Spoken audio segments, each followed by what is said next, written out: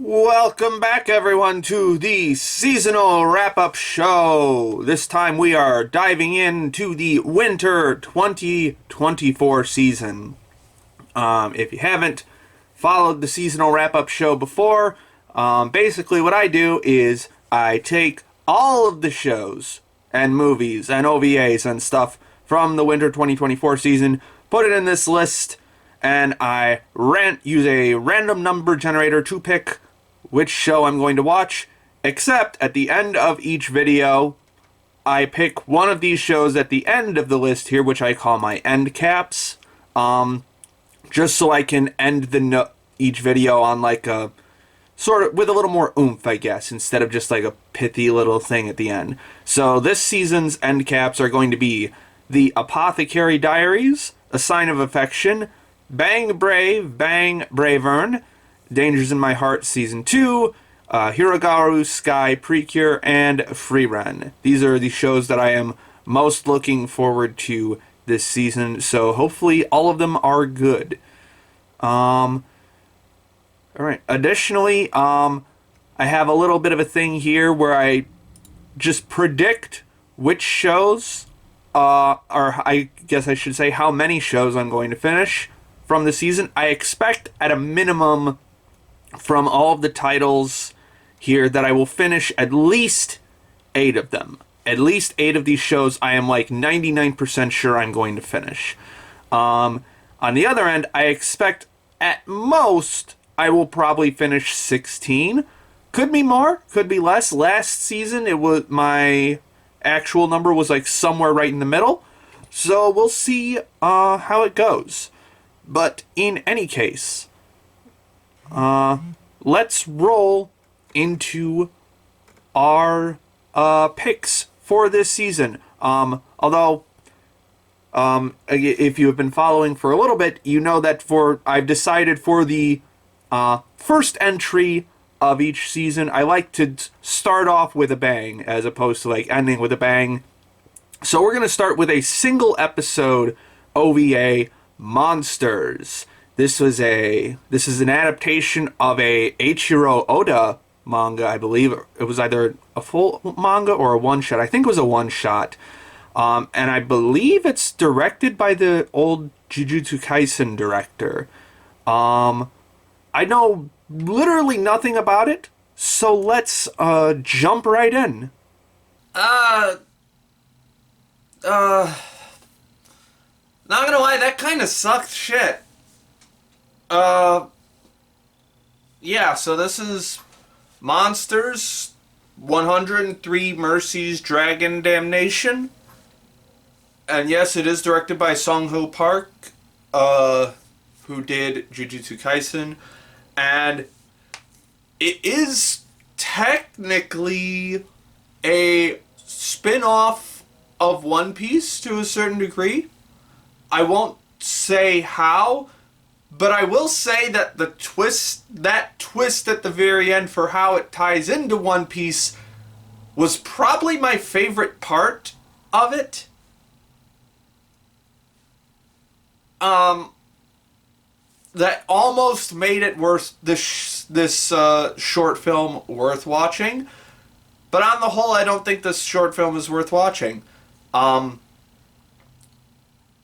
The villains of this are just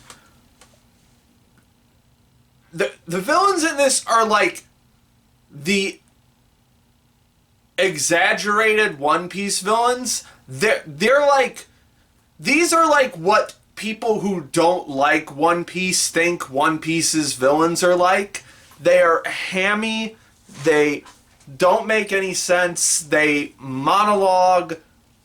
That was the worst fucking part. Where they're just monologuing to themselves, where they think no one can hear them, for like several minutes straight about their entire plan and their entire history together. It's like no one fucking talks like this. It's so, the writing is so fucking terrible. The setup for the like primary action of it, the thing that causes the main conflict in this, makes no goddamn sense. The way it's so like obviously a setup that like anyone with a fucking brain in this town should have figured out something is going on here. Like, again, this feels like what people who hate One Piece think One Piece is like, except for the fact that this is it's not funny either. Like, there are a few decent gag moments, but like the like directing and the cinematography don't have enough oomph to make the funny stuff really funny. They don't really lean into any of the comedy. And in general, it's just not very interesting to look at.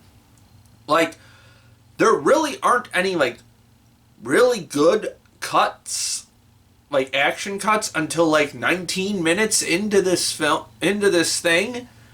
And then like the really impressive stuff doesn't start until like a minute after that, and then like it's gone almost immediately. Like, it's a 25-minute film. You could have packed so much cool animation into this, and yet we get like one really cool action scene that lasts about 2 minutes, and that's it. That's so lame. Like, what was the point of adapting this if you weren't going to make it look cool? Did we need this? Is this just part of this like weird push now to make as much One Piece content as possible?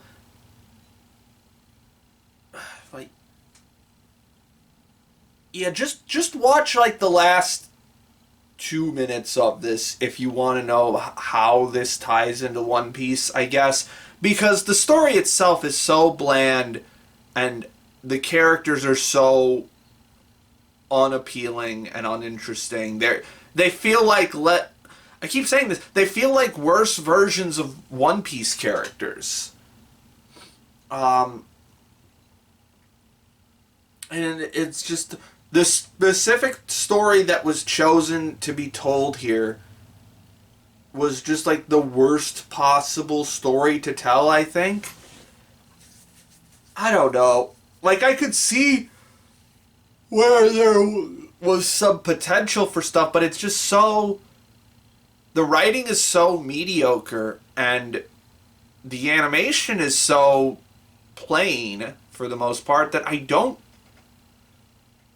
just could not find anything really interesting to like about this thing, except for the action at the very end. It's just so... It's over the top in all the wrong ways, and not over the top in the ways that would have made it good. So this just kind of sucked. Alright.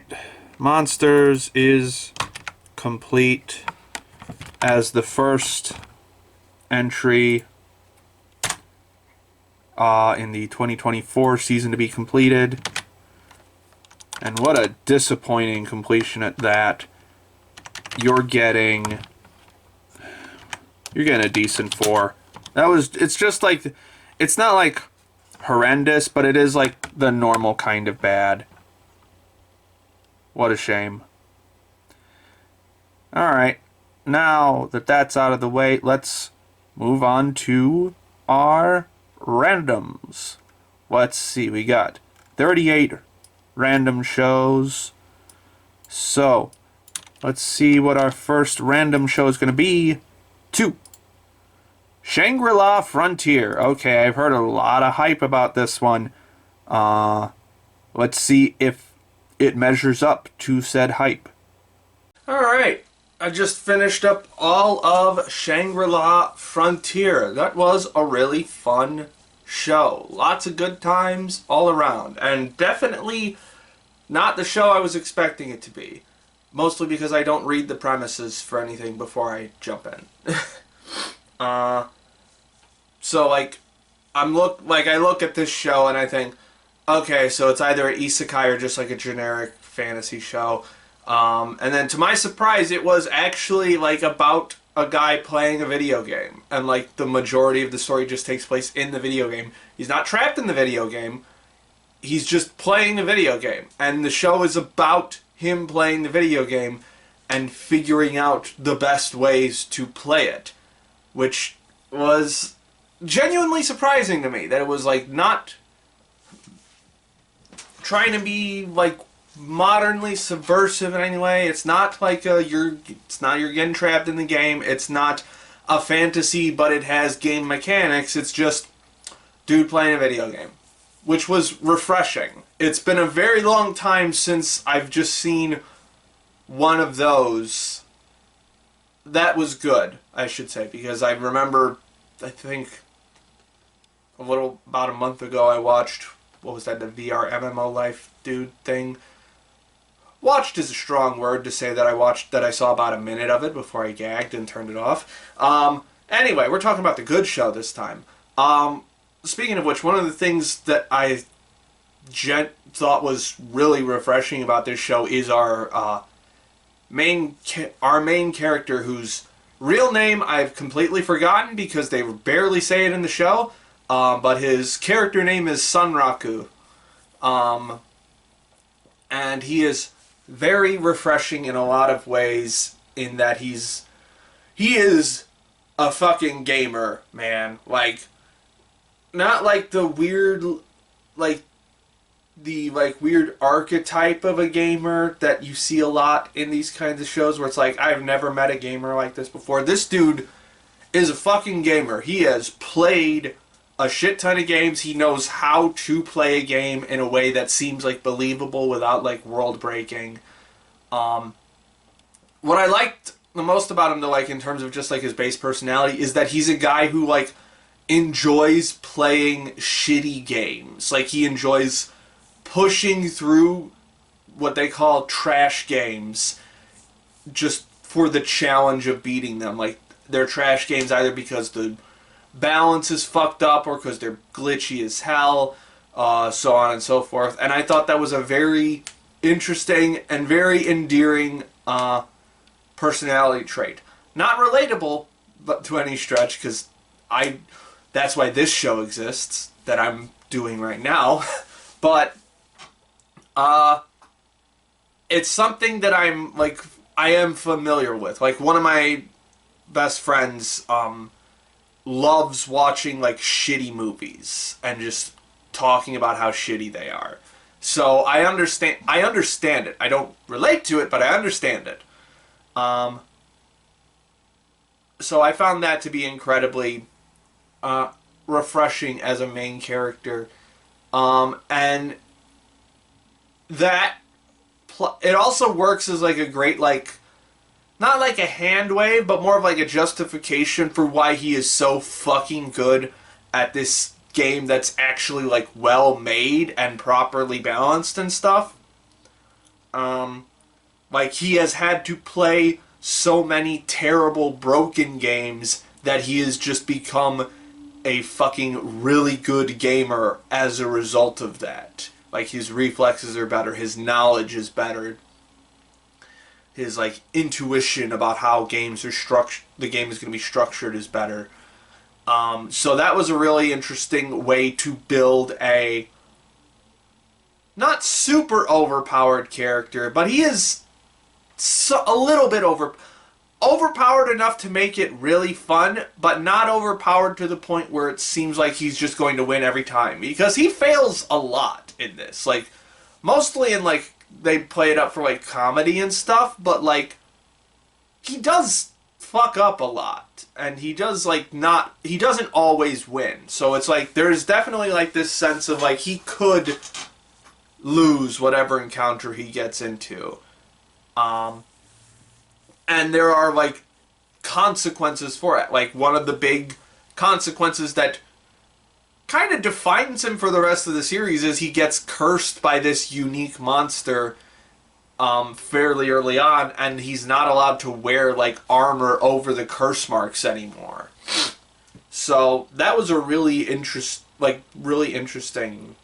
thing, and just the game itself is interesting. I would say the game itself is the biggest draw of this show, aside from Sunraku and how he approaches the game, because like this is just it's a really well made fantasy MMO.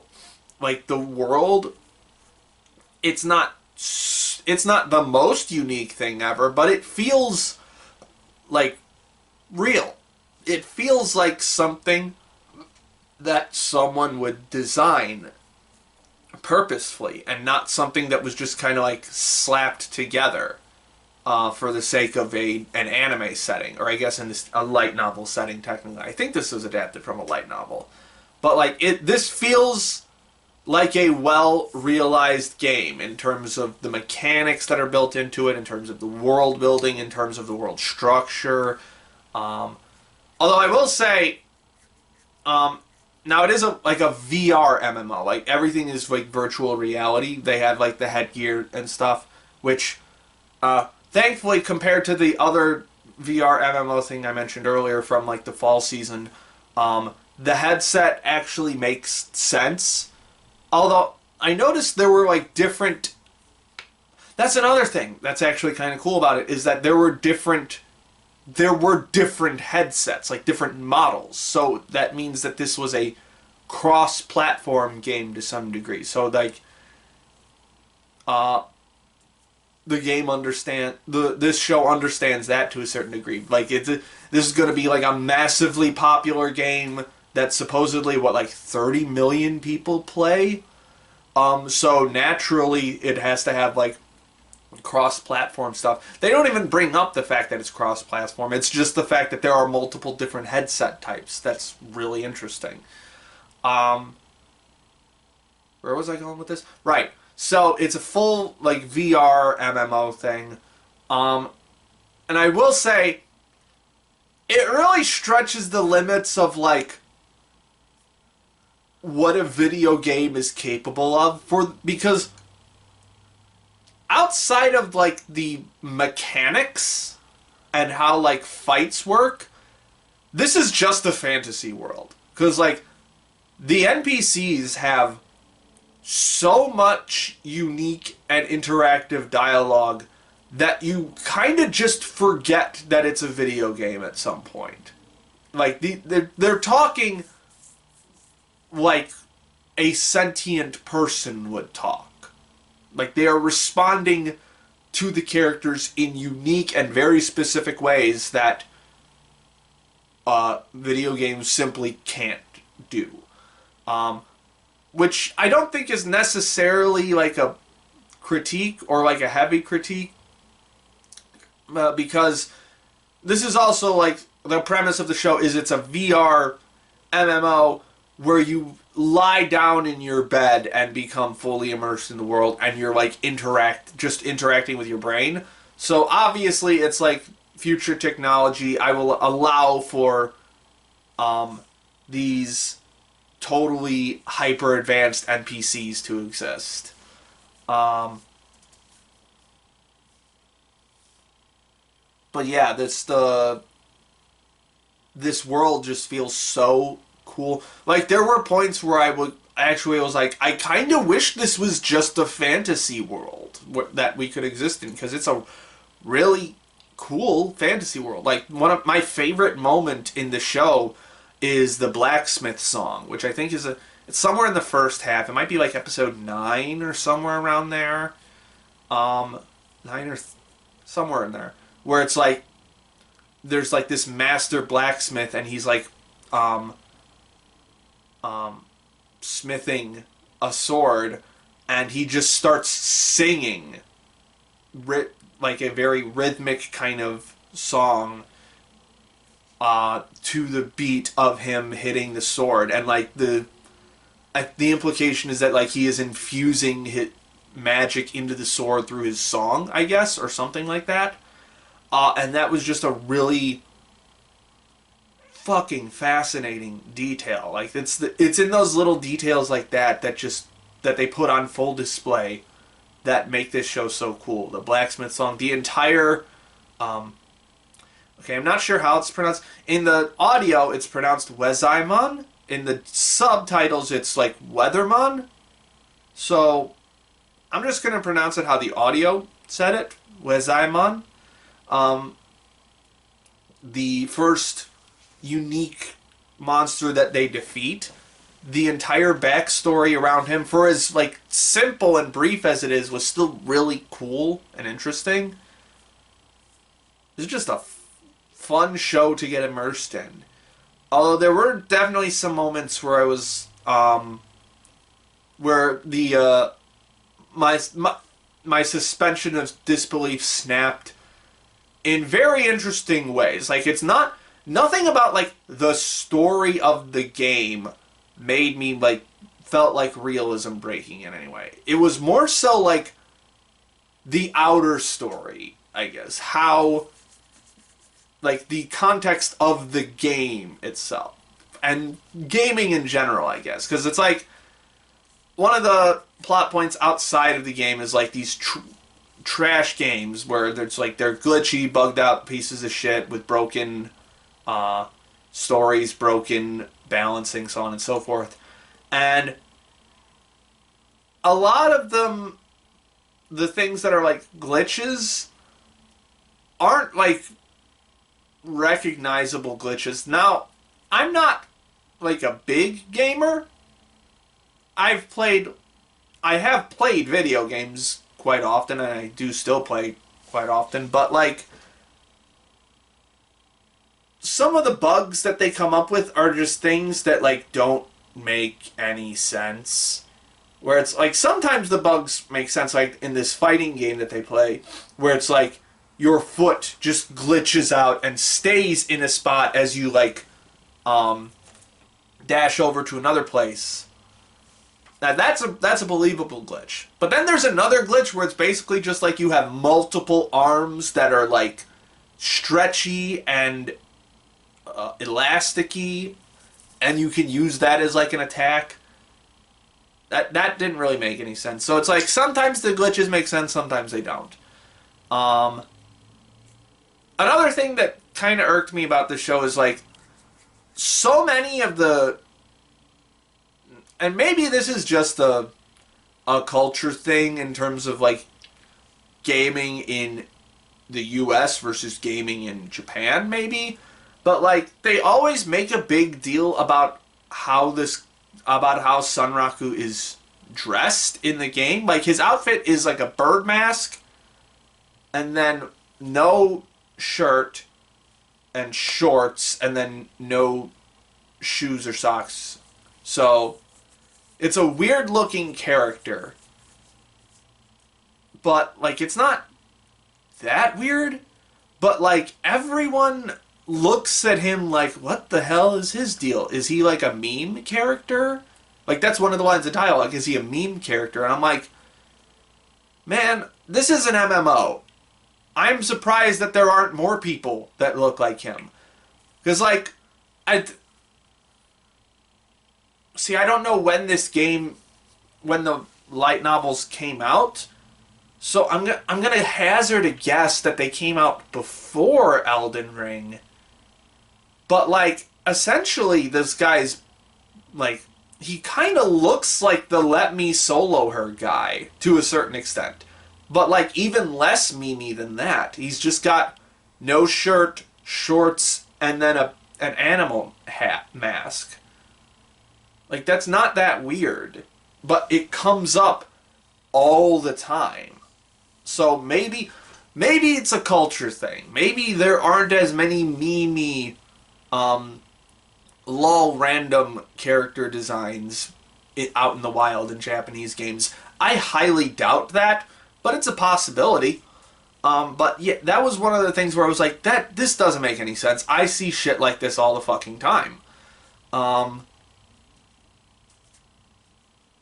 So that was weird. And then like there was like half an episode that was like dedicated to the actual game designers, which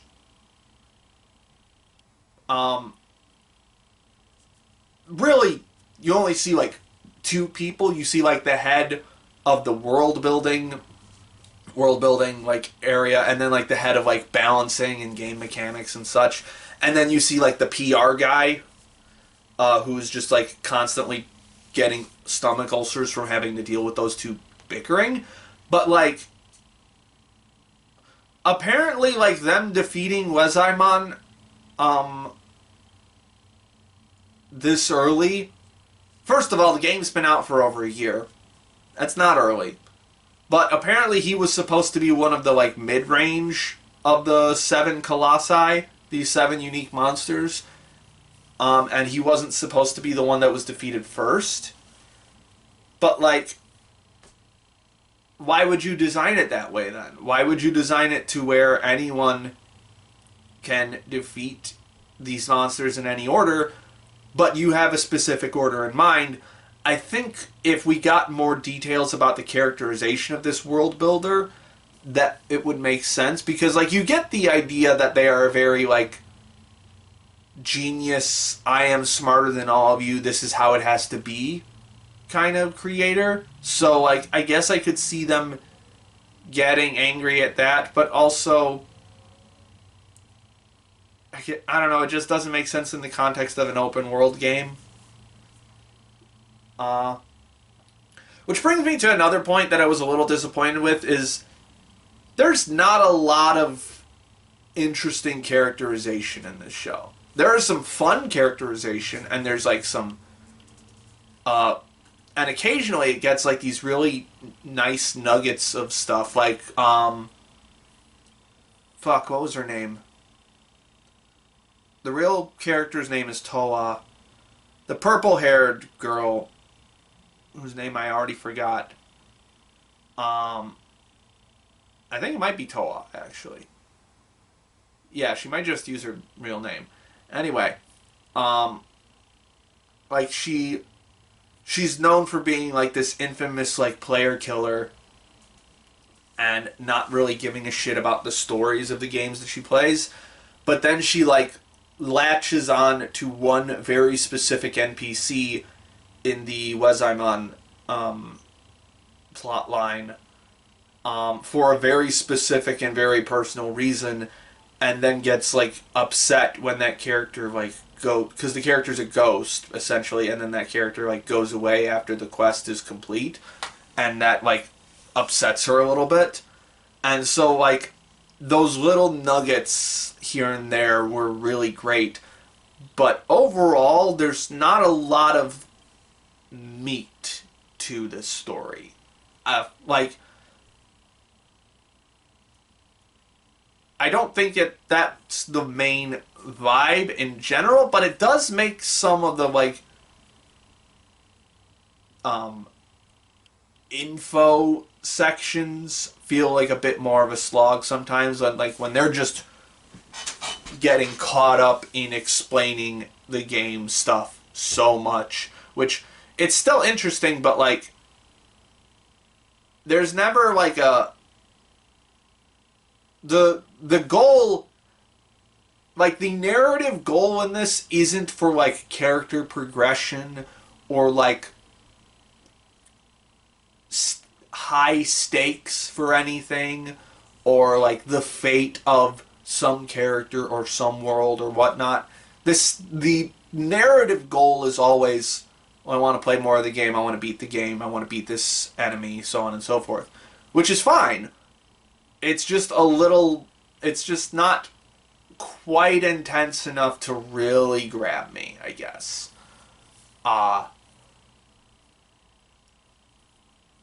Which, like, it's in those moments where it's like if this was an actual fantasy world, then though the story would have to have those elements, but because it's not a fantasy world, it can focus solely on the video game elements, which are still very good.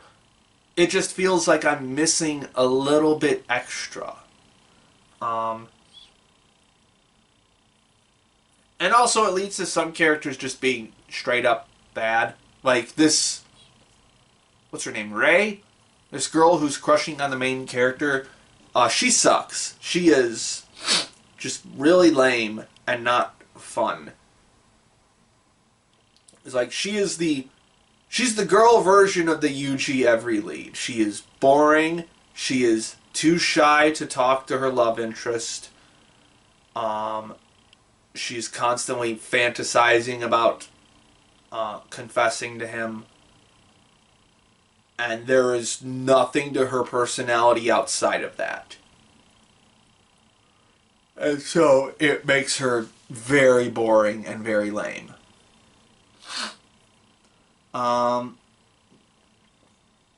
Fortunately, most of the characters aside from that are fine. And most of them are like very well realized visually too. Like this is a really solid production. It's from C2C, which apparently stands for Challenge to Challenge, which is interesting. I'm not super familiar with them as a studio. Apparently they did co-production with Satellite on World End. I just knew that as a Satellite production back when it aired in, like, what was that, 2017? But aside from that, I'm not really familiar with any C2C shows. So I think this is definitely going to be like their big flagship thing that they'll advertise from now on, I guess. Because this looks really good. There's almost never any off-model moments. The color design is really solid. The world feels so well realized and detailed. The action scenes are fucking incredible. It's like episode 18. The very long climax of a very long, like 3 or 4 episode run that was just fucking filled to the brim with incredible action choreography and animation and so on and so forth. It's a really great looking show and just really competent all around too. Like there's almost never any moments where you're like, oh, that shot's kind of weird or that didn't look quite right. There's very rarely any moments of that. It's just a really competent production. There's not any like incredible cinematography outside of like episode 18. There's not a lot of shots that are going to stick with you, but it's not. Listen, I've done this show so much that having a show that doesn't look terrible is a fucking plus. But there are still interesting shots. Like it goes out of its way to not film every film. It goes out of its way to not frame everything the same like 3 or 4 ways. It does attempt to have like more interesting flow to how everything moves. It's just that there's not a lot of like peak cinema moments, I guess I should say. Which is fine for the show that it is, because this is just a really fun action video game show that apparently has already gotten a 2nd season announced. So I'm hyped for that. I don't know when it's going to air, but hopefully soon. Yeah. It's a really dang good show. Would recommend. Alright. Shangri-La Frontier is complete. And we're going to put you in the number 1 spot for now. Doesn't mean a whole lot. It's only a light 8 because we're still pretty early in the year. But for now, you get to be number 1. Good job, Shangri-La. Alright. So now, let's go back to the random number generator. What do we have left? 38 shows. Let's see what we're going to get. It is 20. Dr. Elise. Have not heard a single thing about this show. I know nothing about it. Let's jump in. So I want to split this segment into two parts. Because I got 10 minutes into Dr. Elise something something subtitle, and I have two general categories of complaints. The show sucks ass, but for a lot of reasons. Let's start with the nitpicky stuff, because that's just kind of fun. Opens on a plane crash, or a plane about to crash, and me being a fan of Black Box Down has made me the arch nemesis of that kind of opening to a show. Black Box Down was a Rooster Teeth podcast about aviation incidents, so it has made me a wet blanket at parties when discussing this. So basically, like, what happens is there's like a big bump, like a big turbulence moment, and then the captain like immediately gets on the PA system and is like, "We can no longer sustain flight. We are going to make an emergency landing." And he's like super serious about it, and then like one of the engines just flames out and like partially explodes, and the plane immediately starts diving. Several things wrong with that. First of all, the captain would not do that. He would not say that. He would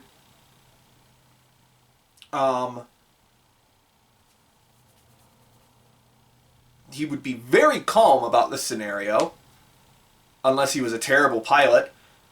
He would be like, he wouldn't really reference the fact that the airplane is damaged, because that's going to create panic. He would basically say, he would be as unspecific as possible and say that we need to make... Well, maybe he wouldn't say that. I'm not going to dive too much further into that. But, like, the way that this plane starts to crash doesn't make sense in terms of physics, because it's like, planes are kind of designed to stay in the air. Like, a flame out in one engine does not automatically make it start to do a fucking nosedive.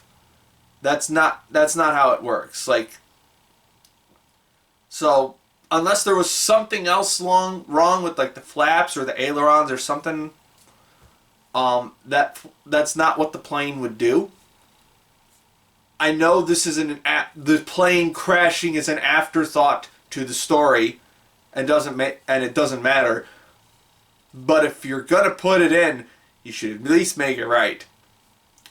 Other nitpick is the main character is a surgeon, and like she walks in on a surgery that's already in process that someone fucked up, which like I don't think you do ever.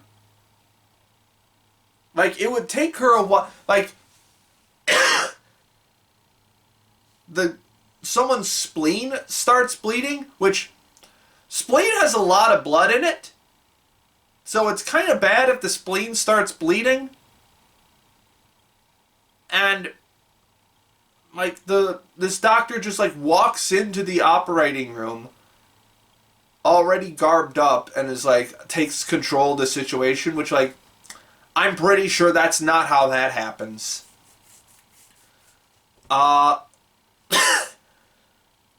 So that's my nitpicky part of this. The other reason, aside from the fact that that the cinematography is kind of terrible in this, and there's a bunch of really bland, awful shots, is that the structure that this show is going for makes no sense. Because it's very clearly like a reincarnation story. Most of the stuff in the OP is like classical or Renaissance era stuff, Enlightenment era stuff. But I've already spent like 10 minutes in present day stuff. So I actually did look up the synopsis for this. So the synopsis is: evil princess from past times gets reincarnated as a surgeon, as this girl who grows up to be a surgeon because she has learned the error of her ways, I guess, and wants to help people instead of hurt them. And then because of this plane crash, she is going to wake back up in the past life body, and then I assume try to be good from there. Which, no, that's not how you should structure this. The way you should structure this is, if I were to rewrite this, you would, like, structure it in a way that, like, you acknowledge right away that there is a reincarnation element to it, but you don't jump back to the old body. You cut back and forth between the past life and the new life. Or you just do a little bit, like you front load the past life stuff in the first episode, and then she reincarnates in the present day, and we get, like, flashbacks every so now and then of stuff that she's learned and grown from, so on and so forth. Because otherwise, like, the only point of the reincarnation, of the going back at this point, is to, like, redo what she failed to do then, but thematically, she is already made up for that by becoming the surgeon who saves lives. So, there's no point in the character, in terms of, like, character development for her to go back. Not that any of that matters, because the show looks mid as fuck, and the editing is really bad. Like, there's a lot of dead space in this, which is not great. So, yeah, this is a not good. Alright, Dr. Elise is off the list. Let's roll the random number generator again. See what we get. It is 34. Snack Basue. Another one that I have not heard anything about. I'm assuming it's about snack foods or something. Let's give it a go. Ooh, this show is trying to do awkward humor so hard, and it's just not working. I got about 5 minutes into Snack Basue. Apparently it's not about snacks, it's about snack bars, which, based on the 5 minutes of this show that I watched, have a very different connotation in Japan than they do in the US. Like, a snack bar in the US is kind of just like, almost like a pop-up shop, but not really, because it's more like a permanent place. It's like, just like, you stop in, grab like a small bite to eat and a drink or something, and then either just sit at the bar or you go do something else. A snack bar in Japan, apparently, is like this cozy little, it's a bar. It's just a bar. Sometimes with karaoke or something else. Anyway, this show is not funny. It's painfully slow. And the animation is terrible. It does that animation style where sometimes it looks like the character models are being puppeted rather than like actual like animation and like actual like hand-drawn animation, I should say. And it looks bad.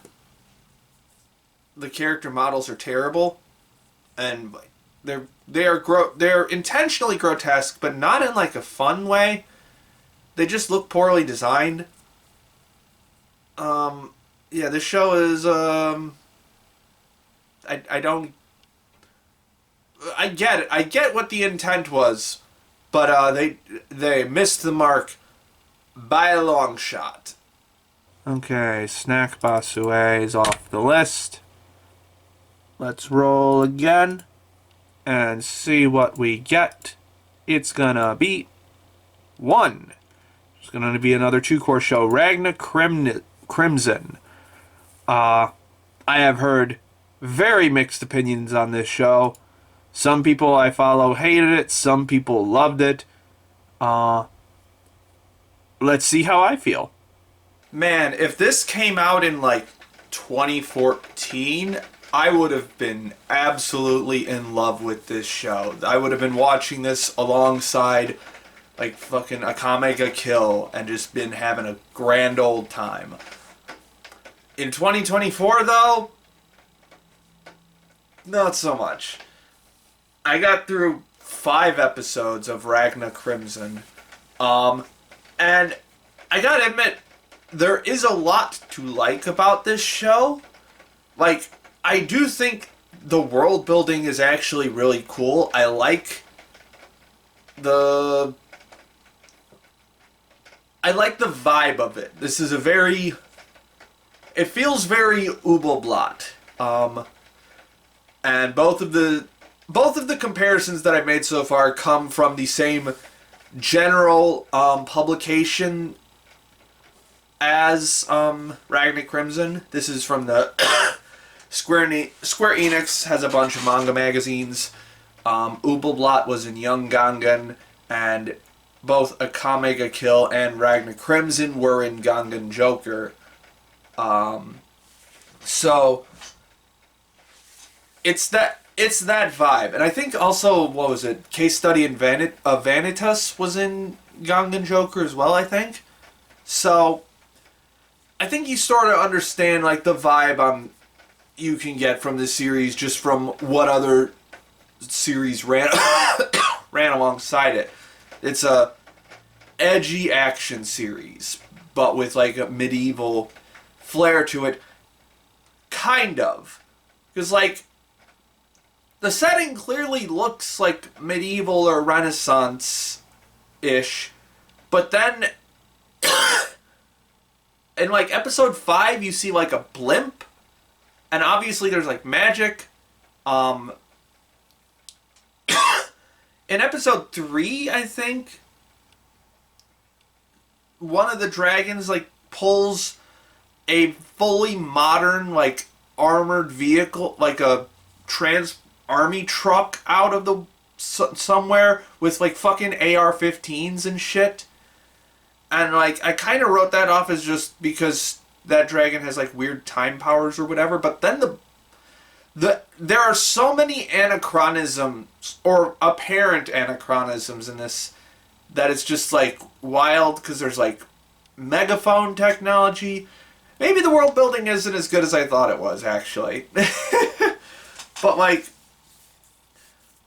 there is definitely this sense of like I am curious as to what's going to happen next, because it's constantly throwing left curves at you, like constantly not taking the route that you expect it to take.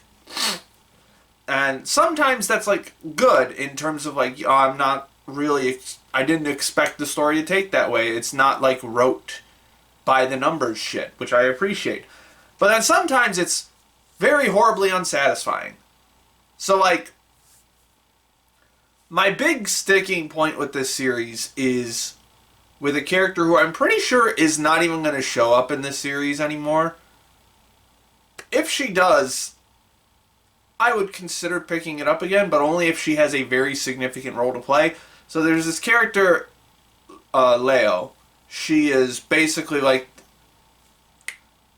not necessarily a mentor character for our main character, Ragna, but she is like a support, someone he relies on for support.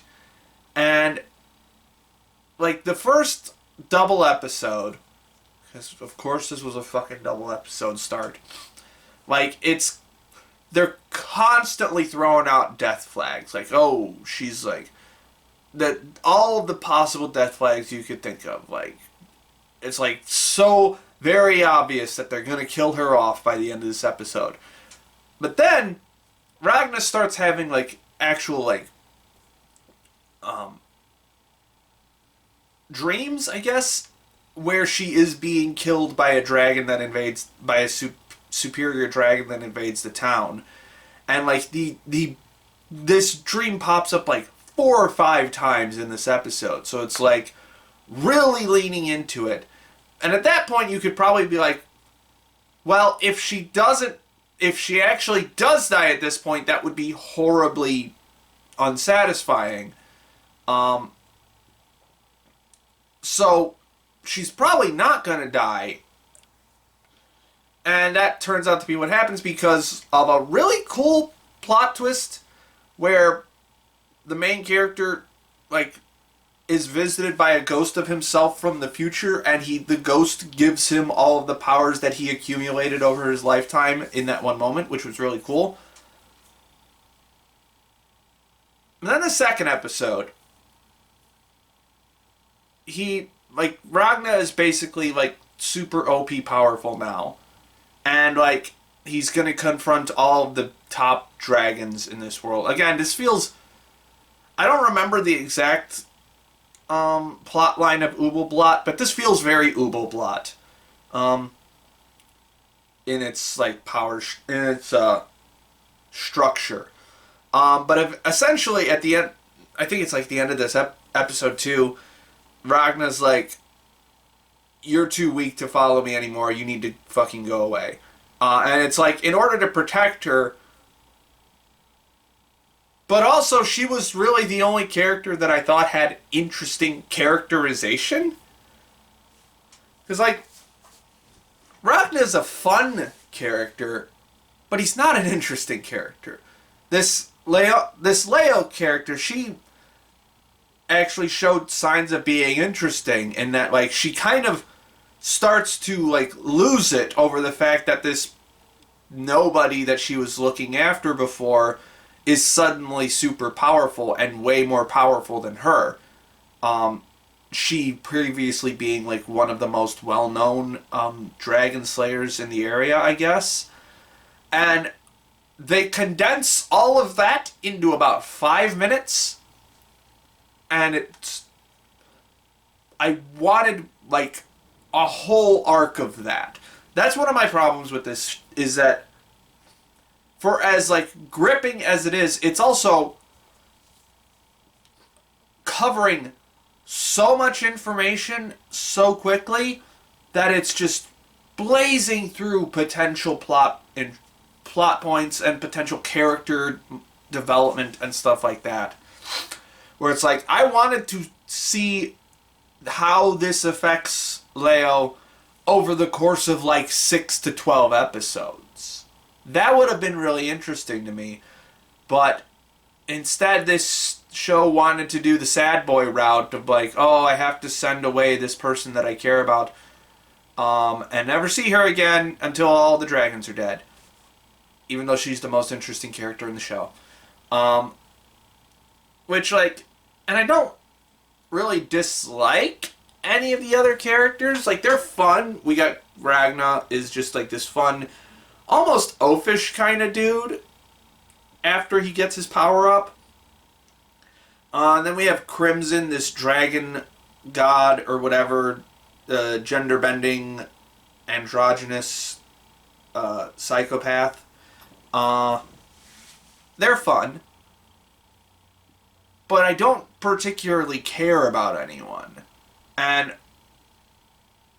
when you're gonna be like when you're gonna be this kind of series, I think you really kind of need some core characters to latch onto. Otherwise, it's just feels like going through the motions to a certain extent. And, like, I wouldn't really change anything about the plot other than, like, stretching it out more, because again, they're just packing so much into a tight space. And on the one hand, it does make it very gripping and a little bit less easy to predict what's going to happen next. But on the other hand, it's just like you don't get a lot of character. You don't get a lot of, like, I feel for what's these people that are going through this right now. And so they come off as kind of bland. So I don't really have a whole lot of interest in watching it, despite the fact that it's actually not terrible looking. It's not amazing looking, but it's like, it is a lot more competent than I was expecting from a Silverlink show. Now, Silverlink is not a bad studio. I want to be very clear about that, but they have never been a top tier studio. Like, I can't even say what their best work is. Would it be Tanaka-kun? Maybe? Because, like, they've always been, like, the little studio that could. I think I pulled that from a Trixie video, actually. They did, what do you call it? Chivalry of a Failed Knight. My favorite show from them was Baka and Test, but that was also not a good-looking show. And I would put this in the top half of Silverlink shows. It is a lot more competent than you expect. The animation is a little wonky, and the character designs are a little wonky, but sometimes it really pulls out some interesting stuff. So, I will say this is not a failed production. And, like, the way the world looks feels right. It doesn't feel interesting, but it feels right. But overall, I just wish there was a little more character to this show, because it's not... I don't really just... They took out the one character that I thought had some interesting potential, and I'm not particularly motivated to see these other characters reach the end of their stories. I'm still kind of curious as to where the story itself goes, but not enough to watch another, 20 episodes, because this is a 2-core series. And so, I'm really just not interested enough to continue, I guess. Alright, Ragna Crimson, unfortunately coming off the list. I think we'll do... yeah, we'll do 2 more. Yeah, we'll do 1 more. We'll do 1 more before we jump to our end caps. Well, depending on how long I have to say about our next entry, which is 22. Metallic Rouge. Okay. This is Studio Bones' 25th anniversary project that I don't think I saw anyone have anything positive to say about, unfortunately. Let's give it a go. That was supremely boring. I watched the first episode of Metallic Rouge, and it was so boring. There was absolutely nothing interesting about the story in any way. Like, I kinda liked that Rouge is this, kinda airheaded, dopey android girl. But that's about it. There's nothing else here that I haven't seen in 10,000 other cyberpunk stories. A lot of it is just straight up ripped from Blade Runner.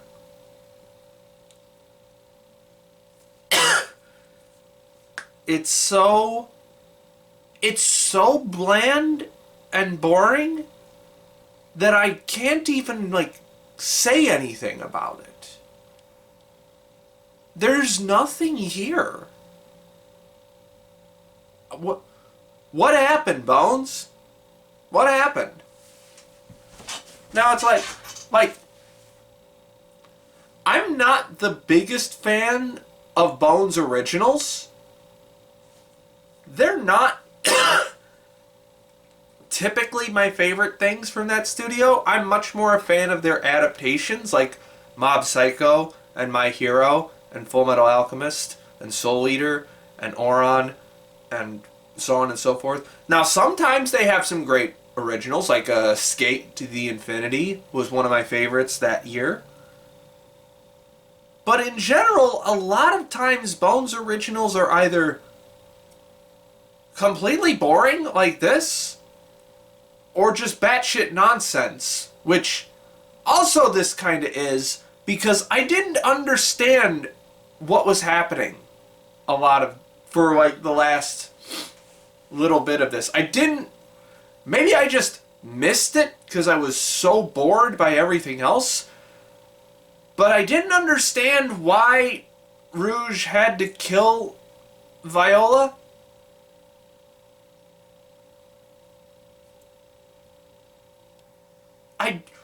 I must have missed it or something. But if that's the case, then they did a really fucking poor job of explaining why she kills this other android. In any case, boring. It's so boring, which sucks because this show actually looks pretty damn good. It's not visually distinct. It still looks like every other cyberpunk anime you've ever seen. But it looks really good. It's like clean and polished, and the color design is the color design is not incompetent. It's not visually striking, but it's competent. But it knows what it's doing. And the character designs are really clean and polished and like just very bonesy in design. The fight scene at the end was really fucking good. Not just in like how it was animated and choreographed, but also in the music choice too. Just fucking, man, if I gave a shit in any way about the story, that would have been one of my favorite action scenes of the season, probably. But there's nothing here. I'm just gonna stop talking because there's nothing else to talk about. Alright, Metallic Rouge is off the list. You know what, we're gonna do one more random before we jump to our end caps, and that random's gonna be 27. Bucchigiri! Okay, this is a crash and burn production from what I've heard. This is a Mappa series from I think it was from the Banana Fish director, maybe? It was some very popular director. Anyway, let's see what happened with it. Alright, well, I got about 2.5 minutes or 2.5 episodes into Bucchigiri. But I think this one's just not in my vein of comedy enjoyment. Because I would say, like, there is a lot of action in this, and it is really fucking good action. Like, one of the fights in, like, episode 1 or 2 was just so fucking incredibly choreographed. But beside that, this is first and foremost a comedy, and a lot of the stuff that is supposed to be funny, I just wasn't really laughing at. Not all the time. There were a few good gags in there, but like most of the time I was just like not having fun. And I really fucking hate the main character. Like, he's such a fucking ponce. Fucking, I don't like him at all. Like, he's dumb, but not in an endearing or fun way. He's just like no fucking common sense or social awareness whatsoever, even though he very clearly is trying to have that. He's just, I really do not like this main character. There is like an interesting like mystery backstory element, I guess, to why he stopped being friends with the deuteragonist of this series. Fucking, I don't remember anyone's names actually. But that's beside the point. I just really don't vibe with this main character at all. Especially after like he very clearly gets shut down by his love interest, and she's basically like, fuck off. And he still thinks that he can get with her, by going through her brother, and that made him significantly less endearing and a lot more like skeevy, and I wasn't a fan of that. Maybe other people are, but it just didn't vibe with me, I guess. Ironically, I think the girl character is the most interesting character in the show. That's not a high bar, but I do think it's just the specific plot points, I guess, that she hits were kind of interesting. But overall, I'm not really vibing with the comedy or the cast, I guess. Which is a shame because this is a really well-produced series. This is from the director is Hiroko Utsumi, who did Banana Fish and Skate the Infinity. And Skate the Infinity was one of my favorite shows that year, which I think was 2021, I think? That was when she was with Bones doing that. And I've heard the end of this show is both, like, a mix of just the script falling apart and potentially the the production falling apart too. So if I'm already like skeptical of it at this point, I don't really want to waste any more time to see how it crashes and burns, I guess. So I'm just gonna step off here. All right, Bucchigiri coming off the list.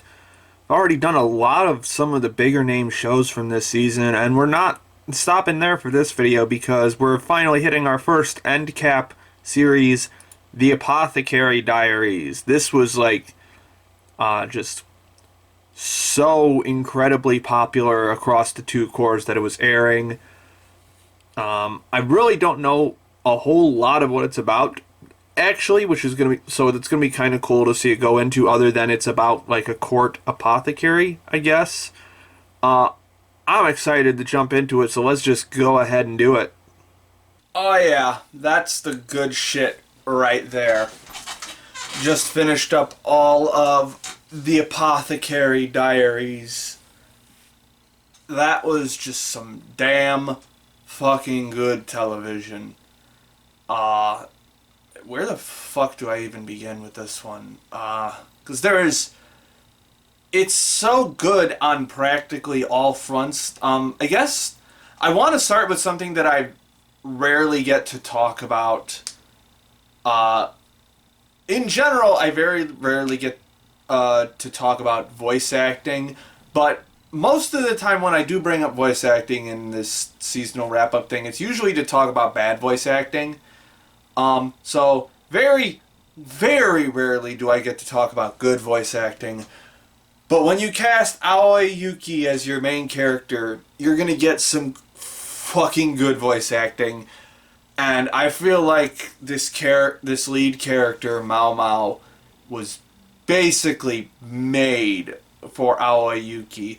If you're not familiar with her, God, what hasn't she done at this point? I'm most familiar with her as Tanya from Saga of Tanya the Evil. She was also the lead in Slime 300, or whatever the full title for that one is, Killing Slimes for 300 Years or whatever. I'm sure there are some like way more famous Aoi Yuki roles, but those are the ones I'm most familiar with from her. Well, now this one definitely. This is like my go-to in my brain Aoi Yuki role now, because she is so fucking phenomenal in every aspect of the portrayal of this character. The snark, the excitement, the wit, but also the desperation and not quite hate, but the intensity that she brings to this character is so immensely palpable. Like, this character's voice has become fundamental to my interpretation of this show, I guess, or how I view this show. It is so, without I don't think this show would work anywhere close to as well without Aoi Yuki in this role. She is just absolutely fucking phenomenal, as she always is. I'm sure there's been some bad Aoi Yuki roles, but I can't come up with them off the top of my head. But yeah, she just brings so much life and energy to one of the most fascinating or most interesting lead characters that I've seen in a very long time. Mao Mao is just this supremely multifaceted lead. Whether it's this like insatiable curiosity about the different medicines and poisons that she's delves into as an apothecary, or how she is able to very quickly suss out where she falls in a given hierarchy whenever she's placed within a group of people, and how she manages to like work that hierarchy to her advantage. The way that she is able to, but also ways that she's able to like I guess reject that hierarchy in certain areas in order to like, because like she is a commoner. She is not noble in any respect whatsoever, but and even though she very often shows like the respect to nobles that they expect from commoners, and like even in her internal monologues she kind of is like, yeah, these guys are nobles, they're just above us. Despite that, like on the surface very like respectful attitude, she also has this very not quite rebellious, but I guess manipulative side to her that, like, I'm thinking of the case of the what's her name? The pure consort's lead lady in waiting, who the way that she manipulates that situation masterfully was just really fascinating. And that's on top of the fact that she's just so fucking smart and like investigative, and just so makes this show so fun to follow as like a mystery thriller kind of series. The way that she is able to parse her way through these different medical mysteries, or like almost forensic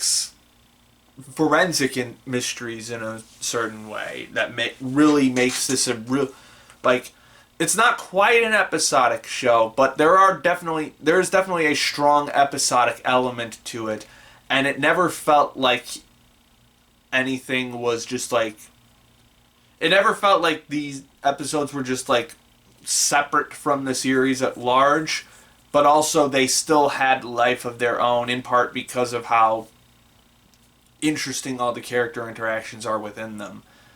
Like Mao Mao obviously takes the cake by a lot. She is just so fucking good. But also we have like this the growing interest that Jinshi shows in her as this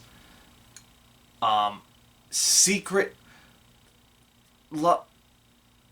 I think what's implied here is that he's actually the Emperor's son from the pure consort.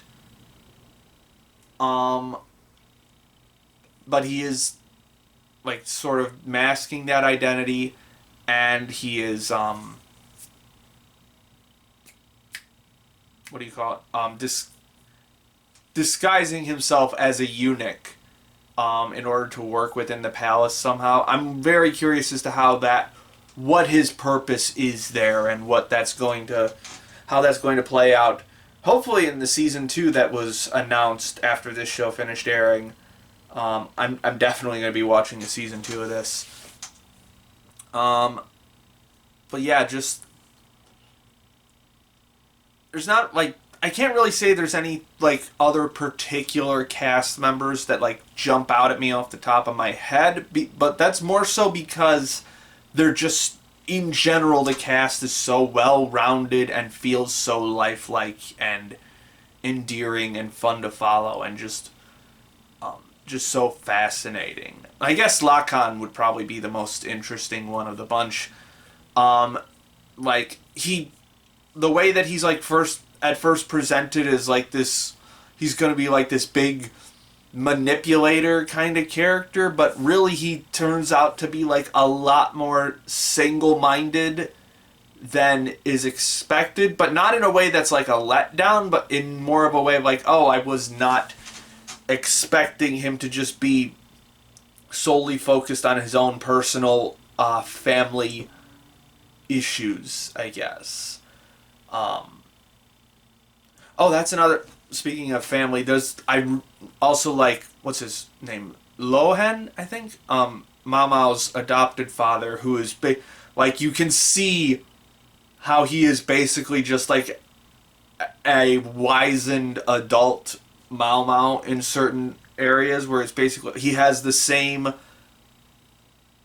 medicinal knowledge, probably a lot more actually, but also he is like wise as socially, and so he's like able to be like, hey, don't forget to do this, Mao Mao. Don't get caught up in the drugs so much and focus on this stuff.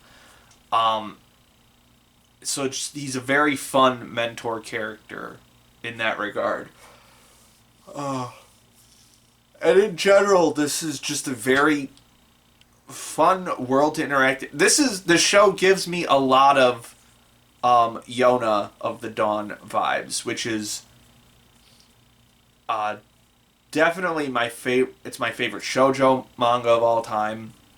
Not that it's relevant here, because I think this is Apothecary is based on a light novel, but then the manga comes from a seinen magazine, but the manga came later, so I don't think you can really like demographically classify Apothecary. But this, I'm definitely getting like heavy Yona vibes from this one, not just through like its very strong female lead who is like super multifaceted in a lot of ways, but also in how kind of like Magi Revo, in how like women's issues and like women's place in society takes up a very large chunk of like the world building of this series, in a very like, it's in a very matter-of-fact way of like, women are a step above objects in a lot of ways in this show, and it's like the women aren't like happy about that, but they don't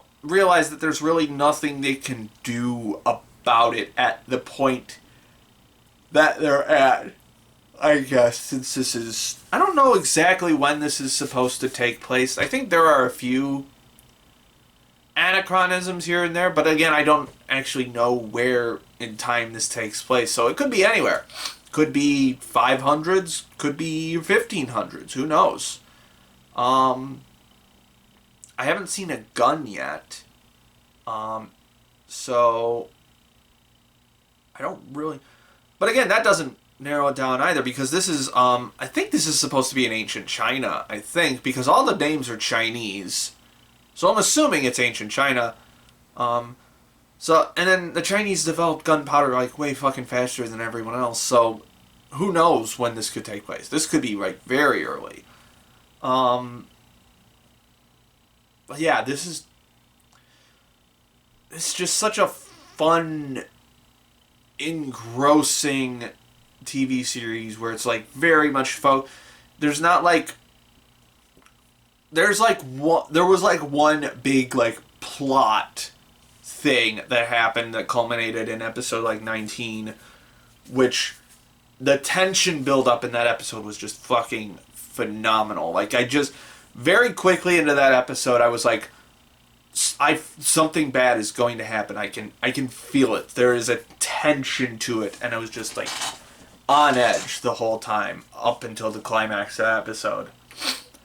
And that's of course coupled with helped along by the absolutely phenomenal animation. This is one of the most gorgeous TV series that I've seen in a while, in a very Oshinoko kind of way, in that it's not super Sakuga heavy until it wants to be. It really saves up for those big Sakuga moments, but it is just very constantly beautiful to look at on a frame by frame basis. There are a lot of still frames in this show, but that's not necessarily a bad thing because the frames are so goddamn beautiful. The character designs are so incredibly gorgeous. The set deck is so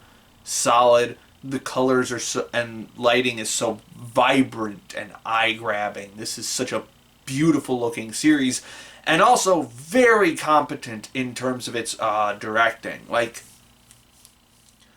and its shot composition. There was way back or a little earlier in this video, when I was watching Dr. Elise, there was one particular shot in that show where I saw this is a middling as fuck anime that doesn't have a strong grasp of shot composition kind of show. And that is a wide shot of two characters talking to each other with just terrible color composition, or compositing, I guess, so it looks like the characters are just pasted on top of the backgrounds and it looks like shit. Apothecary Diaries does that but makes it good, way more often than not. It is just so, on top of the compositing being really fucking good, the way that it frames characters to be just so, makes the frame just very interesting to look at.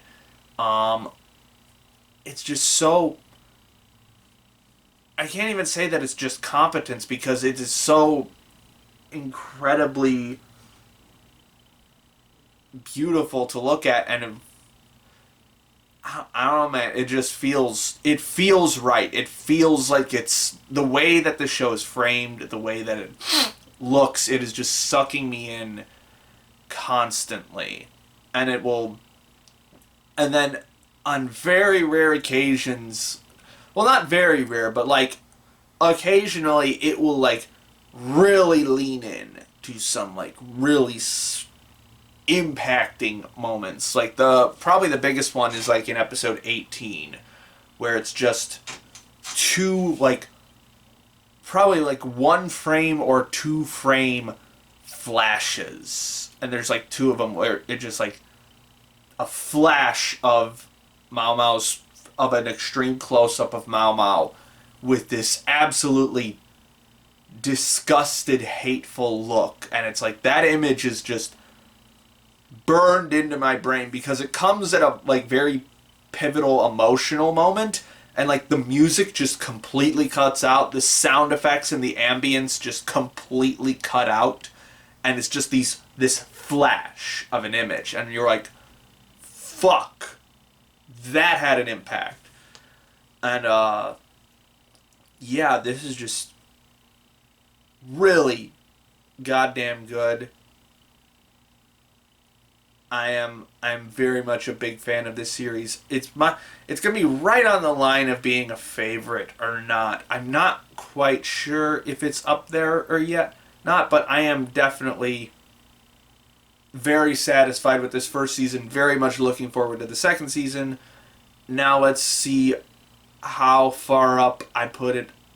Well, I already know it's going to be my number one so far for the year, but let's see how high I score it. Alright, Apothecary Diaries is complete. As expected, we're going to scroll all the way up to the number one spot. And yes, we are going to give this one a light 9. This is a new entry into my favorites list. Very well earned. Good shit.